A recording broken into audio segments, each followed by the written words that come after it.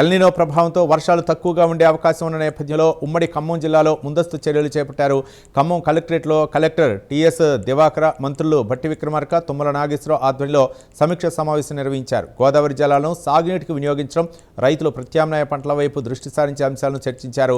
నీటి యాజమాన్యం, పంటల ప్రణాళికతో ఎల్నినో ప్రభావాన్ని తగ్గించి చర్యలు తీసుకోవాలని అధికారులను ఆదేశించారు.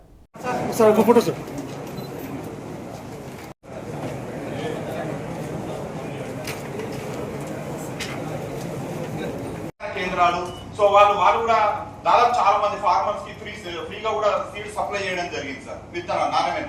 సో ఆ విధంగా చూసినట్టయితే దానికి కొంచెం మనం జనరల్ గా అయితే స్ప్లిట్ అప్లికేషన్ చేస్తూ ఉంటాం సార్. యూరియా ఆ స్ప్లిట్ అప్లికేషన్ ఎక్కువ శాతం 70% ఆ యూరియా ఏదైతే ఉంటుందో సార్ ఉన్న రికమెండెడ్ డోస్ లో ఫస్ట్ నేలలో వేసుకున్నట్టయితే సార్ ఆ మొక్క అనేది ఎదగడానికి ఆస్కారం ఎక్కువ ఉంటుంది సార్, అంటే డ్యామేజ్ కాదు సార్. దాని తర్వాత ఏదైతే 30% ఉంటుందో అది కొంచెం ఆ సందర్భంలో సార్ డైరెక్ట్ సీడెడ్ రైస్ ద్వారా మనం ఇది చేసుకోవచ్చు సార్. నెక్స్ట్ సో మేము ఇవన్నీ కూడా వేసినప్పుడు సార్ యాక్చువల్ గా స్థాయిలో సార్ వీటి ఎందుకు వేస్తారు అనేది ఒక ఆలోచన సార్. ఇది సేంద్రియ కార్బన్ ని మనం పెంచుతున్నాం. వాటికి సబ్సెట్ గా హెవీ వాటర్ ఫ్యాక్టరీ అన్నింటికి గోదావరి నీళ్ళే వాడుకోవాలన్నాడు. ఇంట్రోప్ లో కూడా గోదావరి దుమ్మగూడెం పేర్లు ఉన్నాయి, ఇటు మన పేర్లు ఉన్నాయి. కాబట్టి కొద్ది సోర్స్ ఏదన్నా మనకి ఆశ ఉంది అంటే గోదావరి, అది కూడా ఇంద్రావతి. వాటర్ పోసినప్పుడు ఆ డస్ట్ అనేది వాటర్ ను అబ్జార్బ్ చేసుకుంటుంది సార్. అదే విధంగా సాయిల్ కూడా అదే పోరస్ లేయర్ లెక్క తయారైపోయి సో మనకు మాయిశ్చర్ ని కన్సర్వ్ క్రాప్ డ్యామేజ్ అవుతుంది సార్. సో సెక్రటరీ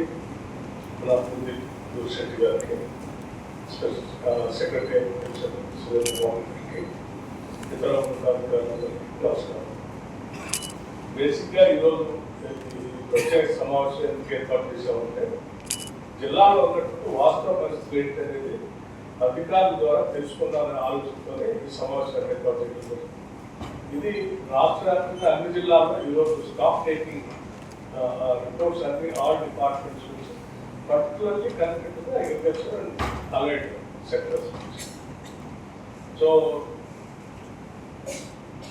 ఫ్లాట్స్ మీరు కరెక్ట్గా మా దృష్టి చేద్దామంటే మీరు చేసుకొచ్చిన ఫ్లాట్స్తో మనం ప్రభుత్వ పరంగా ఏం చేయొచ్చు, ఏ వ్యాక్సిన్తో తయారు చేయొచ్చు అనేది ఆలోచన చేయడానికి సక్రమంగా వస్తుందని ఆలోచనతో హైదరాబాద్లో కూర్చొని కాకుండా అన్ని జిల్లాల్లో ఇన్ఛార్జ్ మినిస్టర్స్ అందరూ కూర్చొని ఆ జిల్లాలో మీ అందరూ అభిప్రాయాలు చేయాలి.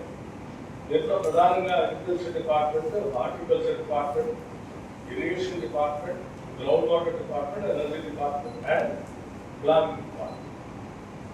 ఈ ప్లానింగ్ డిపార్ట్మెంట్స్ సంబంధించిన స్టేట్ హెడ్స్ ఎవరైతే ఉన్నారో వాళ్ళు కంపేరిటివ్ స్టేట్మెంట్ లాస్ట్ ఇయర్లో ఈ సీజన్ అప్పుడు ఉన్న పరిస్థితి ఏంటి, ఇప్పుడు ఈ సీజన్లో ఈ నెలలో ఉన్న పరిస్థితి ఏంటి, ఇప్పుడు టేబుల్ తయారు చేసి ఆ టేబుల్ అందరికి సర్క్యులేట్ చేయండి, మాకు ఇవ్వండి.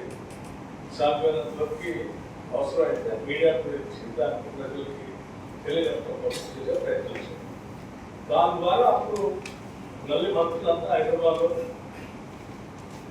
అన్ని జిల్లాల స్టాక్ టేకింగ్ అయిపోయిన తర్వాత పరిస్థితులు బట్టి తిరిగి మళ్ళీ ముఖ్యమంత్రి గారు మంత్రులు అందరికీ కూర్చొని స్పెషల్ ఆఫీసర్స్ ఇచ్చే రిపోర్ట్స్, మంత్రులు ఇచ్చే రిపోర్ట్ బేస్ చేసుకొని యాక్షన్ ప్లాన్ ఏం చేస్తే బాగుంటుంది, ఇటువంటి క్రిటికల్ రామదాస్ గారికి, వెంకట్రావు గారికి, దీని ఉద్యోగస్తులందరికీ ఉదయపూర్వక నమస్కారం. ఈ అత్యవసర సమావేశానికి గత 3 నెలలుగా ఏప్రిల్ మాసం నుంచి రాష్ట్ర ప్రభుత్వ పక్షాన మనం చేసేటటువంటి ప్రజాపాలన ప్రణాళిక ద్వారా ఈ విషయాలు పదే రేపు రాబోయే రోజుల్లో ఈ రకమైనటువంటి ఉపద్రవం తీసుకురాబోతుంది. ఎలినో ప్రభావం తీవ్రంగా భారతదేశం మీద ఉండబోతుంది. భారతదేశంలో కూడా దక్షిణ భారతదేశంలోనే దీని ప్రభావం ఎక్కువ ఉంటుంది. దక్షిణ భారతదేశంలో కూడా ఆంధ్రప్రదేశ్, తెలంగాణ మీద ఎక్కువ ఉండే అవకాశాలు ఉన్నాయని చెప్పి వాతావరణ నిపుణులు చెప్పిన దాన్ని దృష్టిలో పెట్టుకొని గత 3 నెలలుగా రైతాంగానికి గ్రామాన రైతు వేదికల ద్వారా శాస్త్రజ్ఞులు కూడా గ్రామాలకు పంపించి అటు కావాల్సినటువంటి సహాయం ఇచ్చుకుంటూనే అవేర్నెస్ క్రియేట్ చేయడానికి ప్రయత్నం చేశాం. కానీ మనం అనుకున్న దానికంటే తీవ్రంగా, మనం ఊహించిన దానికంటే తీవ్రంగా ఈ యొక్క వాస్తవ పరిస్థితి మనకు కనపడుతుంది. ఇప్పటికీ నైరుతి ఋతుపవనాలు వచ్చి జూన్, జూలై కాబోతా ఉంది. ఇంతవరకు ఎక్కడా కూడా మనం అనుకున్న వర్షపాతం లేదు. కేవలం ఇప్పటికి 35% మన 2 జిల్లాల్లో డిఫిసిట్ ఉంది. వేరే నది కూడా కృష్ణా నదిలో 0, గోదావరిలో మన కొద్ది రోజులు కొద్దిగా 20-25 వేలు వచ్చింది. ఈ రోజు అది 10-15 వేల క్యూసెక్లకే తగ్గిపోయింది. రేపు మనం గోదావరి నదిలో కూడా ఇంట్లో తగ్గిపోయింది. అంటే గోదావరి పారివాహక ప్రాంతంలో మహారాష్ట్రలో వర్షాలు లేవు, కృష్ణా పారివాహక ప్రాంతం కర్ణాటకలో కూడా వర్షాలు లేవు. 6 రాష్ట్రాలు కూడా ఈ ప్రభావం ఉంది. కాబట్టి మీరు ఏం ప్లాన్ చేసినా, ఇప్పుడు అంబేద్ గారు చెప్పిన 8 డిపార్ట్మెంట్స్, ముఖ్యంగా మంచినీళ్ళు, తర్వాత సాగునీరు, పవరు, అదేవిధంగా అగ్రికల్చరు, వెటర్నరీ, ఈ యొక్క 8 డిపార్ట్మెంట్లు కూడా కోఆర్డినేషన్ తోటి ప్రతిరోజు జిల్లా కలెక్టర్ల ఆధ్వర్యంలో మీరు కోఆర్డినేట్ చేసుకోకపోతే మనకి ప్రమాద గంటికలు ఉన్నాయి. కాబట్టి దయచేసి ఇప్పటివరకు మంత్రి గారు రాకముందు డ్రింకింగ్ వాటర్ సిచ్యువేషన్ చెప్పారు, లెవెల్స్ చెప్పారు, అవి కూడా సంతృప్తికరంగా లేవు. భూగర్భ జలాల యొక్క వివరాలు చెప్పాము. మండలాల వారీగా ఇప్పటికే 8 నుంచి 10 మీటర్లు డిప్లీట్ అయి ఉన్నాయి. అదేవిధంగా ఇప్పుడు సోయింగ్ అయినటువంటి ఏరియా ఓన్లీ కాటన్ అయింది.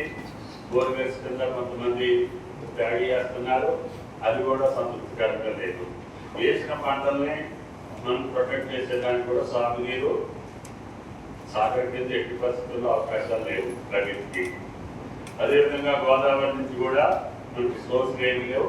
మనం ఏర్పాటు చేసినటువంటి రాజీవ్ కెనాల్ తప్ప, అది కూడా కేవలం మంచినీటి కోసమే వైరా నక్కా సాగర్ రిజర్వాయర్ నింపుతున్నాం.